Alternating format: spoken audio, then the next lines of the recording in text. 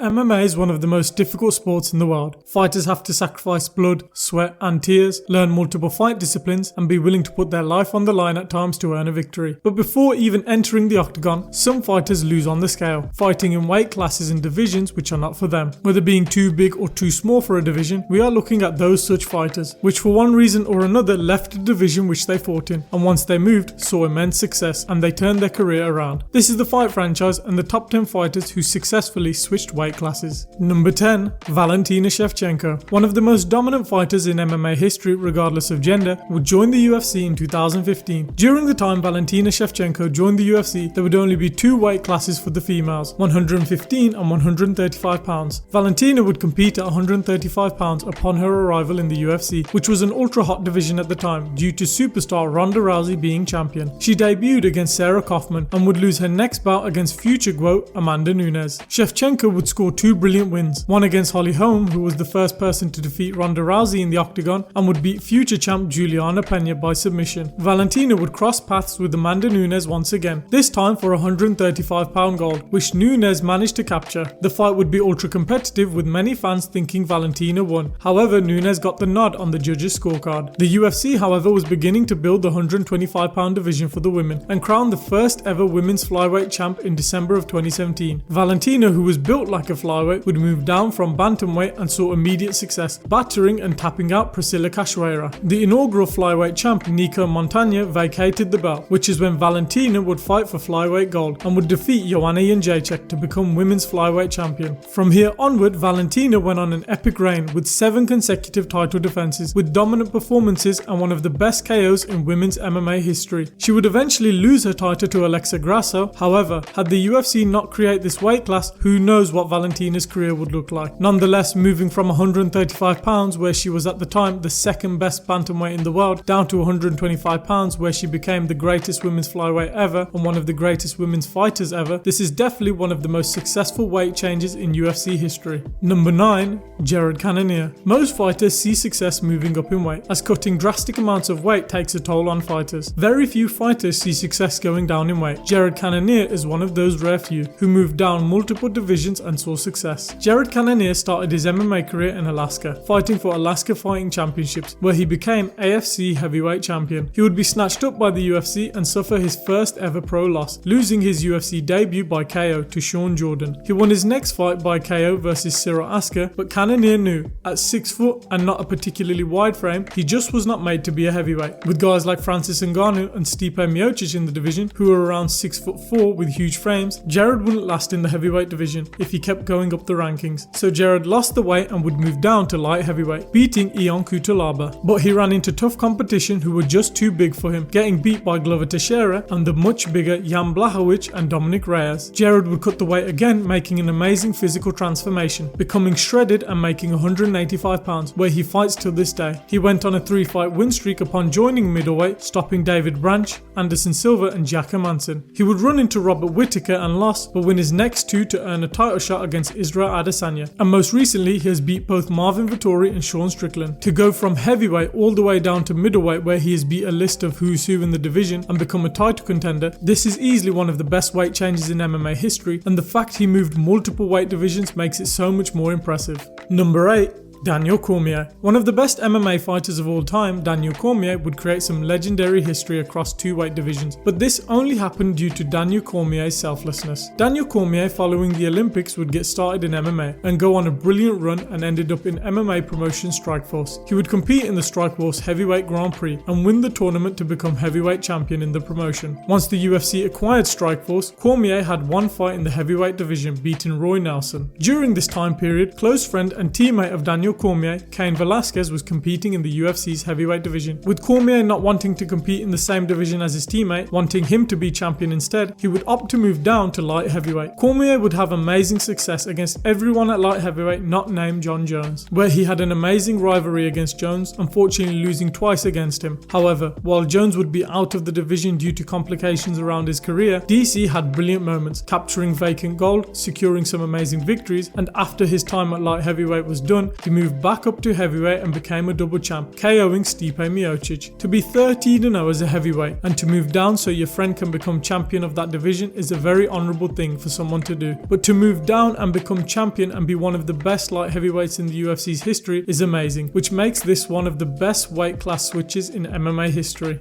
Number 7. Gilbert Burns. Gilbert Burns has become a mainstay at the top of the welterweight division of the UFC. However, that has not always been the case for the Brazilian. Burns would join the UFC in 2014, where his debut fight would take place at welterweight, scoring a win in his debut. Burns following this would move down to lightweight. He would win his next 2 fights at lightweight by submission to take his career to 10-0. He would lose his next fight by decision, taking the first loss of his career. He would win his next fight by submission, only to lose the fight after by decision once again. He would win his next 2 fights via KO and was on a run in the lightweight division, but would come up against Dan Hooker. Burns would be knocked out by Dan Hooker to suffer the 3rd loss of his career. He fought 2 more fights at lightweight and then would opt to move back up to welterweight. Burns would go on a brilliant run after moving up to welterweight, beating Gunnar Nelson and KOing Damian Maia, and would then dominate former champ Tyron Woodley. He would lose against teammate Kamaru Usman for the title, but had success early on, stumbling Usman in the fight. He has fought a list of legendary names at welterweight, beating Wonderboy, Masvidal and Neil Magny. He even took on the scariest fighter welterweight had ever seen, Khamzat Chimaev, and went to war with him in one of the fights of the year. From being KO'd by Dan Hooker a division below to becoming a legit top level welterweight contender, this move in weight class is amazing and one of the best and most successful in UFC history. Number 6. Anthony Rumble Johnson. One of the most scariest knockout artists in MMA history would compete in multiple divisions throughout his career. Anthony Rumble Johnson would begin in MMA competing in 2006 at welterweight and ended up competing in the UFC in 2007, winning his first fight by KO to go 4-0. His next fight in the UFC he would lose by submission, but Johnson missed weight for this fight by 7 pounds. Johnson would score some brilliant wins by KO during this time at welterweight, but would miss weight again by 6 pounds. Johnson eventually made the decision to move to middleweight, where he would fight Vitor Belfort. Rumble moved from welterweight to middleweight due to struggling with the weight cut, so it was a shock to everyone that Johnson missed middleweight by 12 pounds. He would lose his middleweight debut by submission to Belfort and be cut from the UFC. Once outside of the UFC, Rumble made the decision to go up to light heavyweight, where he would go on a tear, securing some brilliant KOs where he would be brought back into the UFC. Rumble KO'd Little Nog Alexander Gustafsson to earn a title shot, losing to the previously mentioned Daniel Cormier. Rumble scored 3 more amazing KOs to be paired with DC once again for the title, losing by submission again and after the fight retired, but would come back and fight in Bellator, winning by, you guessed it, KO, which would be the final fight of his career due to his unfortunate passing in November of 2022 after battling with non-Hodgkin's lymphoma. Johnson's weight change is one of the most iconic in MMA history, going from welterweight, which God knows how he made the weight, all the way up to light heavyweight, where he became arguably the scariest knockout artist in light heavyweight history. This was a drastic weight change, moving up multiple divisions, but also one of the best in MMA history. Number 5. Dustin Poirier. When it comes to fighters' resume and people they have fought throughout their career, Dustin Poirier has one of the most stacked resumes in MMA history. Dustin would join the UFC at 22 years old and fight at featherweight, where he saw some early success, going on a 4-fight win streak in the promotion, even beating future champ of the division, Max Holloway, by submission. Poirier would come up against the Korean Zombie, where they both put on a great fight. However, Zombie would secure the submission, which would be Poirier's first loss in the UFC. He would win one after this versus Jonathan Brookins, but lose to Cub Swanson. Poirier would end up stringing together 3 wins, where he would face the up-and-coming Irishman Conor McGregor. McGregor would decimate Poirier on the feet, KOing him, where McGregor went on to become the future and biggest star in the sport. Following the loss, Poirier would move up to lightweight, which has become the division for 8 years he has been one of the best in. In the most stacked division in the world, Poirier went on a 4-fight win streak at lightweight, securing some brilliant stoppage wins. He would lose brutally to Michael Johnson, but Poirier was undeterred and came back and put together a 5-fight win streak, beating Jim Miller, submitting former champ Anthony Pettis, KOing Justin Gaethje in the fight of the year, KOing former champ Eddie Alvarez, and even beating at the time featherweight champ Max Holloway for interim lightweight gold. He would lose in a title fight versus Khabib, but would beat Dan Hooker in a war and Avengers lost to Conor McGregor to become the first man to KO McGregor in MMA, and even beat Michael Chandler in a brilliant fight. He has been one of the most entertaining fighters in the UFC since moving up to lightweight, fighting the best of the best. The only thing he is missing is that elusive undisputed gold, and even though he doesn't have that, for the wins and the resume he has put together at lightweight, this is still one of the best weight class moves in MMA history. Number 4. Alexa Grasso. The first ever female Mexican champion in UFC history has created one of the most legendary moments in MMA history when she won the world title. But it wasn't always smooth sailing for Grasso. Alexa Grasso started her MMA career in Mexico in 2012, where she ended up going 8-0 and would join the UFC. She would fight in the women's strawweight division, winning her UFC debut to take her career to 9-0. She would lose the first fight of her career in the next fight to Felice Herring, but would bounce back and win a decision versus Randa Marcos. Following this fight, Grasso would come up against Tatiana Suarez, where Tatiana would submit Grasso in the first round. Grasso would come back and beat Karolina Kovacevic, only to lose her next fight to Carla Esparza. At this point in her UFC career, Alexa Grasso had a record of 3 wins and 3 losses. The Mexican had dreams of being a champion, but it just wasn't working out for her. Grasso made the decision to move up to women's flyweight, where she would win 4 fights in a row, which included a submission win over Joanne Wood. This would earn Grasso a title shot versus one of the most dominant fighters in MMA history, the earlier mentioned Valentina Shevchenko, where Grasso was a huge underdog but would pull off the monumental upset, submitting Shevchenko in the 4th round. To go from a record of 3 wins, 3 losses at strawweight to moving up to flyweight, securing a brilliant win streak to beat one of the greatest women's fighters ever, this is easily one of the best changes of weight classes in MMA history and definitely deserves a spot on the list. Number 3. Robert Whittaker. The Reaper Robert Whittaker got his break in MMA through The Ultimate Fighter. Whittaker would compete in the welterweight division of the tournament, where Whittaker would win the tournament to earn a contract with the UFC. Whittaker would then win his next fight via stoppage versus Colton Smith, but would lose a split decision versus Court McGee. He would then fight an up-and-coming Stephen Thompson, where he would be in for a rude awakening, being finished by Wonderboy in the 1st round. He would win after his loss versus Wonderboy, but the Reaper decided to move up to the middleweight division, which paid dividends. Whittaker was able to keep his power due to not having to drain himself with the weight cut, winning his middleweight debut by KO, and then followed this up by KOing Brad Tavares. He would win his next 2 fights by decision, but would follow this up and score 2 more brilliant KO wins against Jacare Souza and Derek Brunson to give him a 6-fight win streak at middleweight, which earned him a shot at interim middleweight gold versus Yoel Romero. Whittaker would beat Romero by decision and was later promoted to undisputed champ once GSP retired with the undisputed title. He would rematch Romero in a war and win a close decision. He would lose the title against the arguable best middleweight of all time, Israel Adesanya, but he was able to beat the best of the best in the division to earn a rematch against Israel Adesanya, but would come up short once again, this time in a 5-round decision. He would beat Marvin Vettori in a 3-round fight, and recently he unfortunately lost to Dricus du Plessis. But if you said to the fight fans after he was finished by Wonderboy that Robert Whittaker would become one of the best middleweights in the world, people would have probably said you are crazy, which proves how good this jump up in weight class was. Number 2. Charles Oliveira.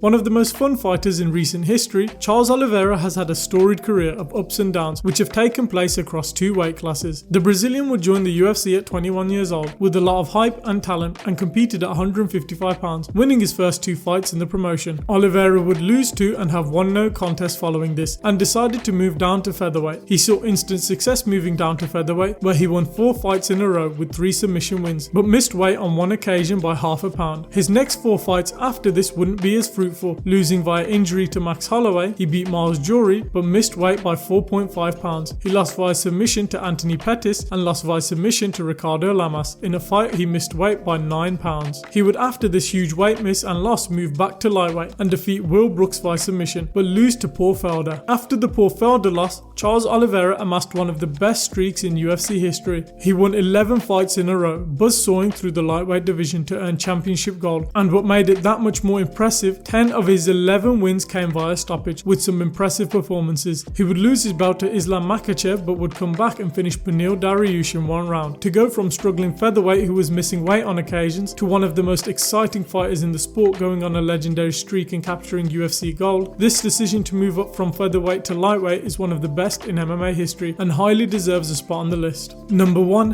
Demetrious Johnson. In the early days of MMA, there was no place for the smaller guys, as in the early UFC and in Pride, it was full of the guys from 185 pounds to 300 pounds. However, as the sport grew, slowly the smaller weight classes were being introduced, with the smallest weight class in the UFC being the bantamweight division, which was truly being pioneered by the WEC. The WEC would be acquired by the UFC, and they brought over all their talent from their 145 and 135 pound divisions. Mighty Mouse competed at 135 pounds, where his skill set set help him be great in the division. He was just undersized and lost his title fight for the bantamweight gold versus Dominic Cruz. The UFC decided on creating a flyweight division for the smallest guys in the promotion and made a 4-man tournament to crown the first champion. DJ would face Ian McCall in the semi-final, which ended up being a draw, so they had to run it back. DJ would win the rematch and would face Joseph Benavidez in the final of the tournament for vacant flyweight gold. Demetrious won a close split decision and would embark on the greatest title reign in UFC history. Demetrious Johnson created UFC history, defending his title a record 11 times in a row, with some amazing victories and performances within this run. He would in this time cement himself as one of the pound-for-pound best fighters in the world and is argued by some as the greatest fighter ever. Had the UFC not create the flyweight division and Demetrious not have the chance to move down in weight, who knows where he would be. But to go from a contender at 135 pounds to a pound-for-pound great once moving down to his natural weight of 125 pounds, there could be no one else. This is easily the greatest weight division change in MMA history. It gave us one of the greatest MMA fighters ever, which is why it earns the deserved number 1 on this list today. Did you enjoy the video? Let us know down in the comments below. What do you think is the greatest weight class change in MMA history? Put that down in the comments below. And who do you think should change weight classes in the MMA right now? Put that down in the comments below as well. Leave a like if you've enjoyed the video and subscribe for more MMA and fight content coming soon. We hope you enjoyed the video and we'll catch you in the next one.